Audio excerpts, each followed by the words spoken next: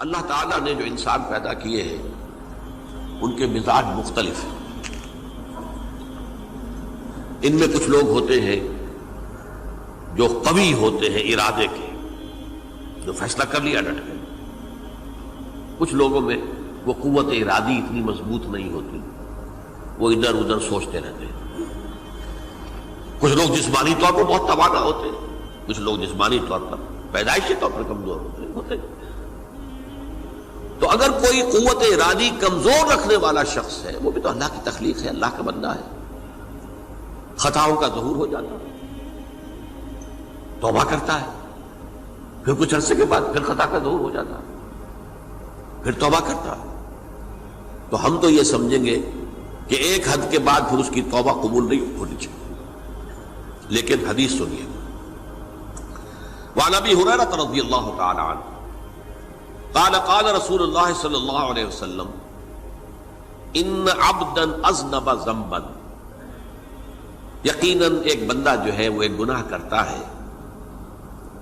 فقال، پھر وہ کہتا ہے رب، اے میرے پروردگار، اذنبت فاغفر لی، مجھ سے گناہ ہو گیا ہے، مجھے معاف فرما دے. فقال ربہ، تو پروردگار یہ کہتا ہے اعلم عبدی ان لہ ربا یغفر الذنب ویأخذ بہ، میرا یہ بندہ یہ جانتا ہے کہ اس کا ایک رب ہے جو گناہ معاف بھی کر سکتا ہے اور سزا دے بھی سکتا ہے. کیا معنی ہوئے؟ گناہ اس نے کیا ہے لیکن جانتا ہے اللہ کو کہ وہ معاف بھی فرما سکتا ہے، تبھی تو وہ اللہ سے معافی کی درخواست کر رہا ہے. اس کے اس جاننے کی بنیاد پر، اس کے اس علم کی بنیاد پر، اس کے اس ایمان کی بنیاد پر فرمایا غفرت لعبدی، میں نے اپنے بندے کو معاف کر دیا. ثم مکث ما شاء اللہ، پھر وقت گزرا جتنا کہ اللہ نے چاہا. ثم اذنب ذنبا، پھر اس سے گناہ ہو گیا. فقال رب اذنبت ذنبا فاغفر، پھر کہتا ہے پروردگار مجھ سے گناہ ہو گیا، پھر مجھے معاف فرما دے.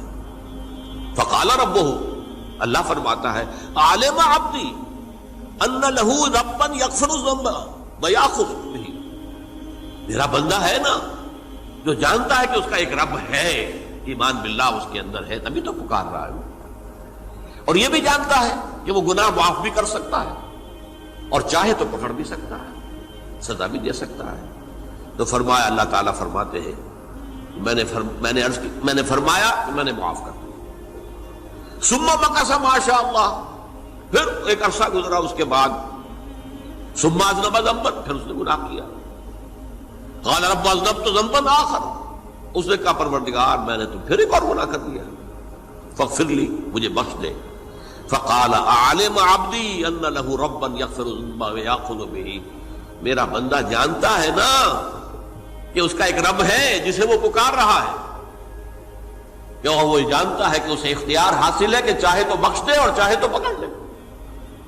اس کے اس علم، اس ایمان کی بنیاد پر میں نے اسے معاف کر دیا. ایک اور حدیث، میں نے چونکہ اس گفتگو کے لیے ان احادیث کا تفحص کیا ہے، یہ تو بہت ہیں حدیثیں، میں نے ان میں سے کچھ چنی ہیں. ہمارے بعض واعظ ناصح وہ بھی کسی شخص کو روکتے رہے، برائیوں سے روکتے رہے، نہیں رکتا تو کہیں غصے میں آ کے اللہ تجھے کبھی معاف نہیں کرے گا. یہ کتنا بڑا جرم ہے، اس کا اندازہ کیجئے اس حدیث سے. تم میرے بندے کو میری رحمت سے مایوس کر رہے ہیں، کتنا بڑا جرم ہے، اس کا اندازہ کیجئے. یہ مسلم شریف کی روایت ہے عن جندب، حضرت جندب رضی اللہ تعالی عنہ سے، ان رسول اللہ صلی اللہ علیہ وسلم حدث، کہ اللہ کے رسول صلی اللہ علیہ وسلم نے ایک واقعہ بیان کیا. ان رجلا قال، کہ ایک شخص نے یہ کہا واللہ لا یغفر اللہ لفلان، کہ خدا کی قسم اللہ تعالیٰ فلاں شخص کو کبھی معاف نہیں کرے گا. وَأَنَّ اللَّهَ تَعَالَى قَالَ، اس پر اللہ تعالیٰ نے یہ فرمایا منزل نزیت اللہ علیہ، یہ کون ہے جو میرے اوپر حکومت کرنے والا آ گیا، جو میری طرف سے حکم لگا رہا کہ میں کبھی معاف نہیں کروں گا؟ منزل نزی، کون ہے وہ شخص؟ الذی اللہ علیہ انی لا اغفر لفلان، کہ میں فلاں شخص کو کبھی معاف نہیں کروں گا، قد غفرت لفلان، اس کو تو میں نے معاف کر دیا، واحبطت عملہ، اس شخص کے تمام اعمال میں نے ضائع کر دیے کہ تم نے میرے بندے کو مایوس کیا۔ یہ ہے جرم کی انکار۔ تو توبہ کی دعوت دیتے رہو، توبہ کے لیے لوگوں کو آمادہ کرتے رہو، توبہ جو ہے اس کے لیے ترغیب دیتے رہو، اللہ تعالیٰ معاف فرمانے والا۔ اب آخری حدیث سنا رہا ہوں، یہ تو بہت ہی عجیب حدیث ہے اور متفق علیہ، یہ بخاری اور مسلم دونوں میں۔ حضرت ابو سعید الخدری رضی اللہ تعالی عنہ جو ہے وہ اس کے راوی ہیں۔ حضور نے فرمایا کانا فی من کانا قبلکم رجل قتل 99 نفسا، تم سے پہلے جو امت تھی بنی اسرائیل، گویا کہ ان کا ذکر ہے، اس میں ایک آدمی ایسا تھا جس نے 99 قتل کیے تھے۔ اب آپ اندازہ کیجئے کتنا بڑا گناہ کبیرہ ہے قتل۔ قرآن مجید میں آتا ہے وَكَأَنَّمَا قَتَلَ النَّاسَ جَمِيعًا، اگر ایک انسان کو بھی ناحق قتل کر دیا گیا تو یہ ایسی ہے گویا کہ اس نے پوری نوع انسانی کو قتل کر دیا، اس نے 99 قتل کیے۔ فَهَلْ لَهُ مِن تَوْبَةٍ، پھر اس کے بعد یہ ہوا کہ اس کے اندر توبہ کا جذبہ پیدا ہوا۔ فَسَأَلَ عَنْ أَعْلَمِ أَهْلِ الْأَرْضِ، تو اس نے پھر سوال کیا، لوگوں سے پوچھا کہ زمین میں رہنے والوں میں کون سب سے بڑا عالم ہے؟ فَدُلَّ عَلَى رَاهِبٍ، تو اسے بتایا گیا فلاں راہب فلاں جگہ پر ہے، وہ بہت نیک ہے، بڑا عالم ہے۔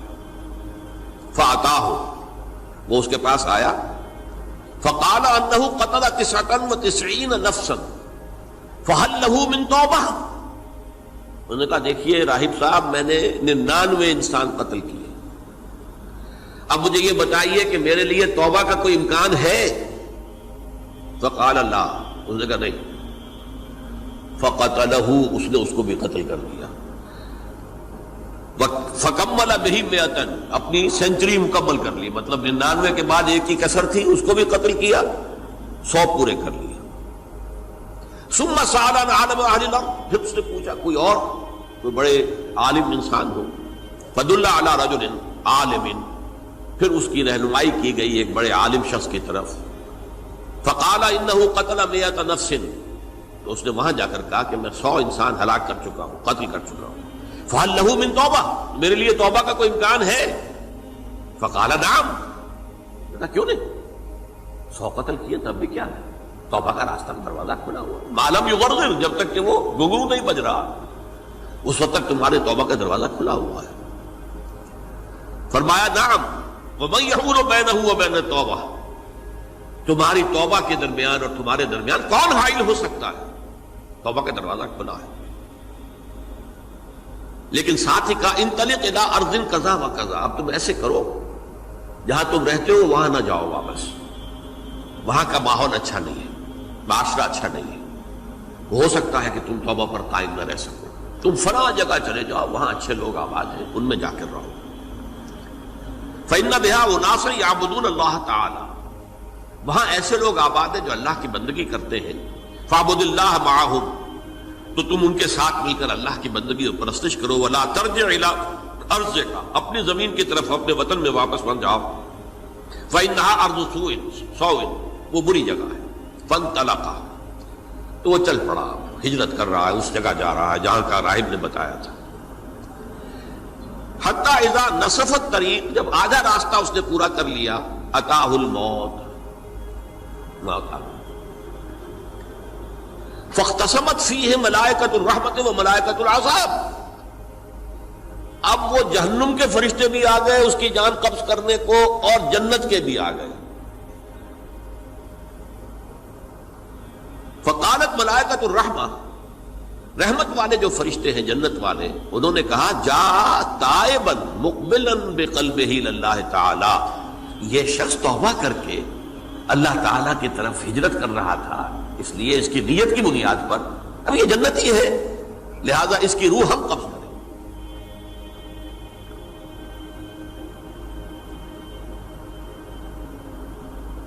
وقالت الملائکۃ العذاب، اور وہ جو عذاب والے فرشتے ہیں وہ کہیں گے انہ لم یعمل خیرا قط، تو نے توبہ کے بعد کوئی نیک عمل تو کیا ہی نہیں، تو کس بنیاد پر اس کو تم جنت میں لے جاؤ گے؟